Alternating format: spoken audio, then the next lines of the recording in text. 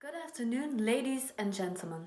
First of all, I'd like to welcome you and thank you all for participating in this conference on behalf of the Austrian Chamber of Commerce. Unfortunately, due to the COVID-19 virus, it's a digital conference. We haven't all met before, so let me introduce myself.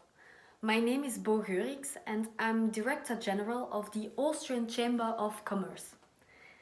Other speakers today are Jasmijn de Klerk. She's Federal Minister for European and International Affairs. Cato Gijsemans. She's Secretary of State for Social Affairs, Healthcare and Consumer Protection. And finally, Marie Verschragen is Federal Minister for the European Union and Constitution at the Federal Chancellery. It's a real privilege and an honor for us to speak with you today. Our aim this afternoon is to illustrate why you should invest in Austria. We'll speak for about 15 minutes, and if you may have any questions at all, we'll be glad to try to answer them at the end of our presentation. We've divided our presentation into 4 main parts. First of all, I'll provide you some general information about our country, Austria. Secondly, Jasmijn de Klerk will continue. She will discuss the most important Austrian industries. Then Cato Gijsemans will present the everyday life. And finally, Marie Verschragen will treat our corporate or business culture. Right. During my talk, I'll be looking at our country, Austria, in general. To start with, I'd like to consider the government. Austria is a federal parliamentary republic. It is a state in which the powers of the central government are restricted, and in which the component parts, for example states or colonies, retain a degree of self-government. Ultimate sovereign power rests with the voters, who chose their governmental representatives. The government in the United Kingdom is totally different, namely a constitutional monarchy. That is a system of government in which a monarch is guided by a constitution, whereby his or her rights, duties and responsibilities are spelled out in written law or by custom. Let me now return to the Austrian government. Our chief of state is President Alexander van der Bellen, and head of government is Brigitte Bierlein. If we then take a look at something that you will definitely find interesting, Austria as a business location and its advantages. Our country has an attractive business environment. It is the 4th richest country in the European Union and has an excellent infrastructure. The public administration is modern and efficient. The quality of life in Austria is very high. In addition, there's political stability and a really reliable legal system. Personal security is also very high in Austria. The strike rate is very low, and level of social peace and energy security are high. And then some tax advantages are the low corporate tax rate, the group taxation scheme, and we don't have a wealth or trade tax in Austria. Quite convincing, right? The next point I'd like to make is that Austria really has a central location. It's the ideal east-west business hub. Furthermore, it's the location for about 400 CEE headquarters of multinationals and is a coordination headquarters for about 1,000 foreign companies. We have a lot of competent consultants with extensive CEE know-how, and we also own the leading flight and freight logistics hub to Eastern Europe. This is something which could come in handy for you and your companies if you invest in Austria. Finally, I would like to take a look at the Austrian economy. Austria has a well-developed market economy with skilled labor force and a high standard of living, as I already mentioned before. The economy features a large service sector, a sound industrial sector, and a small but highly developed agricultural sector. In 2018, the Austrian gross domestic product was about $500 billion, the exports approximately $185 billion, and the imports about $190 billion. Those numbers of exports and imports indicate that we're quite independent nation. In case I haven't convinced you yet, I'm sure my colleagues will. Now I give the floor to Jasmijn de Klerk. My objective today is to describe the main industries in Austria and to give you some examples of big players in those industries. As Bo already told you, the country prides itself for being one of the most stable European member states. Austria has a well-developed social market economy and is dominated by small and medium companies.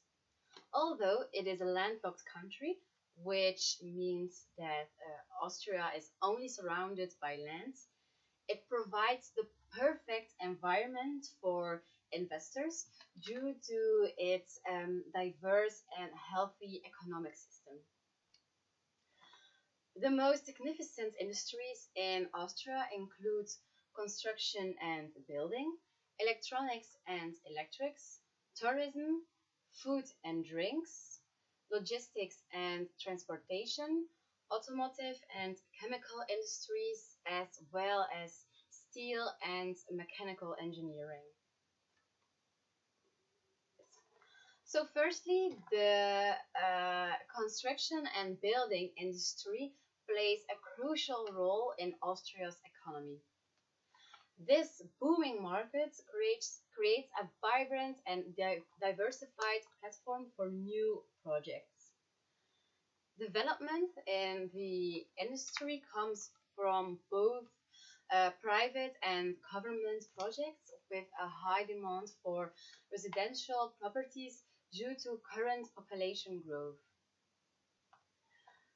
The industry covers areas such as organizing projects, production of materials, machines, and engineering tools, also services and civil engineering.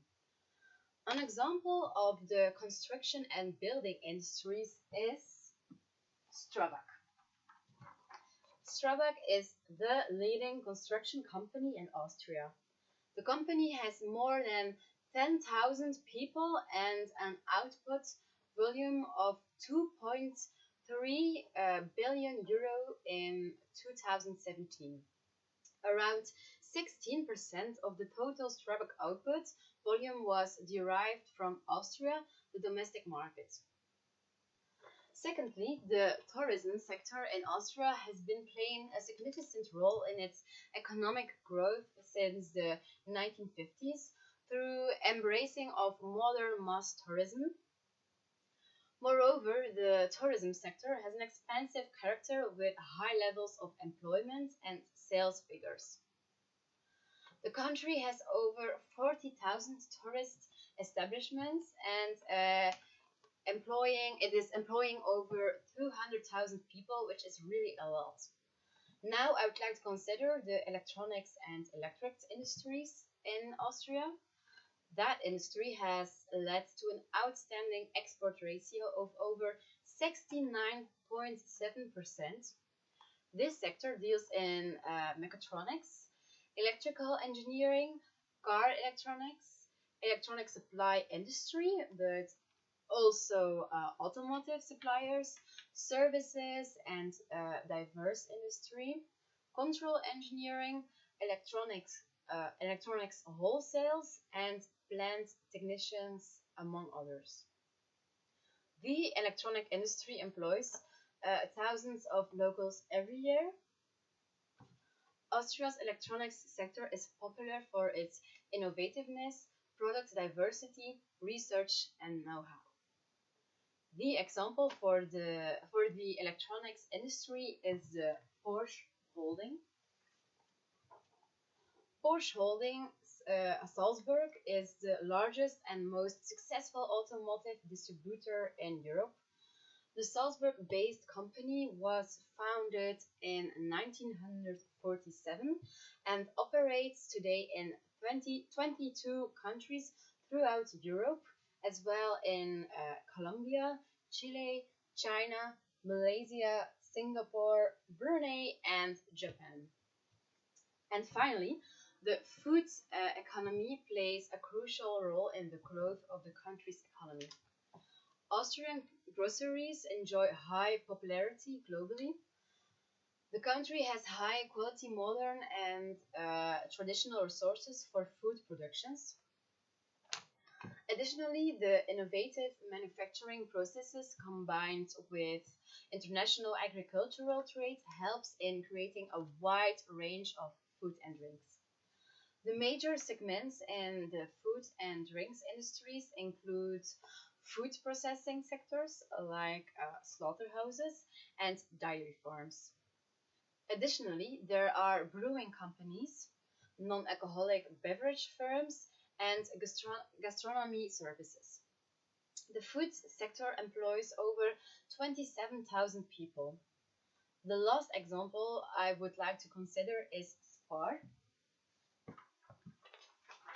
Spar is a 100% Austrian family company. Spar has more than 45,000 employees, and that makes the company the biggest private Austrian employer. Spar is also active in other branches like shop architecture, logistics, and marketing. So, let's sum up. We've seen that the four main industries in Austria are construction and building, tourism, electronics and electrics, and food and drinks. Thank you. Hello, my purpose today is to introduce you to the Austrian culture and to inform you about a couple of important components of their culture. I have divided my talk into four main sections. I'll begin with the part culture, or the people. I'll describe some typical characteristics. Secondly, I'll move on to the part culture is the gastronomy, where I'm going to list a couple of typical dishes and traditions of the Austrians. The final point is culture are the traditions. Every season has its own traditions, that's why I will discuss one important tradition per season. Let's start with the first point, culture are the people. There's no better way to get to know a culture by getting to know the people first. They represent the Austrian culture. First of all, the Austrians set great store by togetherness. They have, for example, typical gastronomic rituals, and they love having a meal together in a group. They're used to taking their time when they eat together. Moreover, their meals very often consist of 3 courses. Secondly, they have a strong sense of nationality. The feeling grew after the Second World War with the independence of Austria, when they were no longer part of Germany. To this day, the Austrians are proud to be Austrians. Next, they are known for their schmäh, which can denote a joke, a trick, or a lie, but also regional or personal charm, sense of humor, and wit. Austrians are really proud of it, and it's their way of expressing themselves in a friendly, naughty, and ironic way. Finally, the Austrians use a certain word in an affirmative sense as a question. It could be used in many different ways. If you hear them say na, you have to keep in mind that it could mean no, no exactly, no it can be true, I'm not really bothered, and so on. Then we'll go to look at the part culture is the gastronomy. Austria has a very diverse gastronomy with strong regional differences. Food is part of the culture to which we can identify. Burgers belong to the American culture and Wiener Schnitzel belongs to the Austrian culture. Besides the Wiener Schnitzel, there are 4 other dishes that you must have taste when you go to Austria. Firstly, Marillenknödel oder Aprikot dumplings, which have become a real culture icon. Secondly, the Linzer Torte. The cake has its roots in the region Linz. It was a world's first cake recipe to appear in written form. Vorarlberg mountain cheese is a spicy aromatic specialty you must have taste. And finally, in Vienna invent legendary Sachertorte should of course not be missing from this list. These recipes are indispensable in the Austrian culture. The final point is culture are the traditions. The Austrians attach importance to the nature, their traditions, and to etiquette, although they like to give their old traditions a new look. Like I have mentioned before, every season has its own traditions.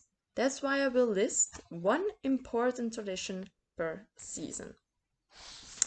Firstly, at the end of the summer, the Austrians in the Alpine region they have traditions of decorating the cows with headgear and adorning them with mirrors, flowers, and bells.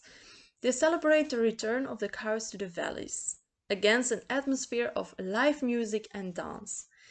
Secondly, at the end of October, in autumn, many Tyrolean communities celebrate harvest festivals in Tyrol.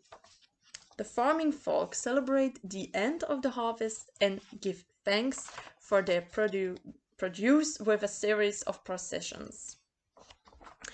Next, during the winter months, you can visit the magical Christmas markets in all over the country. And finally, during spring, there are colorful Easter markets all over Austria.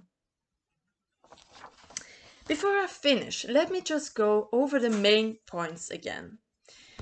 So, we've seen that the Austrians set great store by togetherness and that they have a strong sense of nationality and that they are known for their schmee. Next, Austria had a very diverse gastronomy with strong regional differences. That brings me to the last point, which is that the Austrians attach importance to the nature, their traditions, and to etiquette. If you want to do business in Austria, there are some unwritten rules that you should observe to avoid misunderstandings and unpleasant situations. So, for this reason, I'm going to give you some information about the main rules in the Austrian business etiquette.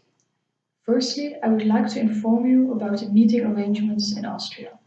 Secondly, I would like to talk about the way Austrians address people and their dress code during a meeting. Thirdly, I will conclude this presentation. Let's start with the most important rule. When doing business in Austria, it's extremely important to know that business etiquette is of great importance to your Austrian business partner. Austria is a nation that is strongly individualistic and respectful, and in turn, it expects high standards of its business partners. Any unethical behavior will seriously compromise all future business relationships. So this is definitely a rule that you should keep in mind. Let's talk about the meetings now. Nowadays, meetings can be face-to-face or online via the internet. In Austria, meetings are taken very seriously and may go into considerable detail. Business meetings follow formal procedure, and Austrian managers work from precise and detailed agendas. Moreover, meetings always aim for decisive outcomes and results rather than providing a forum for open and general discussion. Everyone is also careful during the meetings about what they say to or about anyone else. Moreover, you should keep in mind that the Austrians, as the Germans, are extremely punctual. Their punctuality is well known all over the world.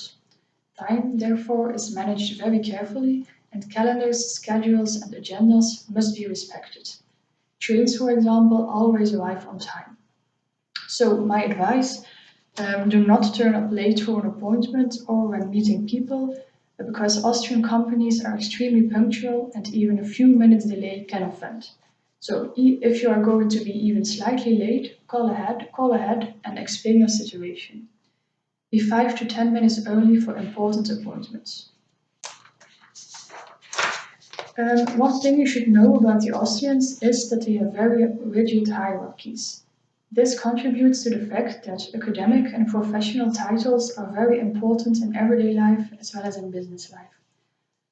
Especially when you have a professional relationship with Austrians, make sure you address them with the formal Sie in German, at least their highest academic or professional title and their last name.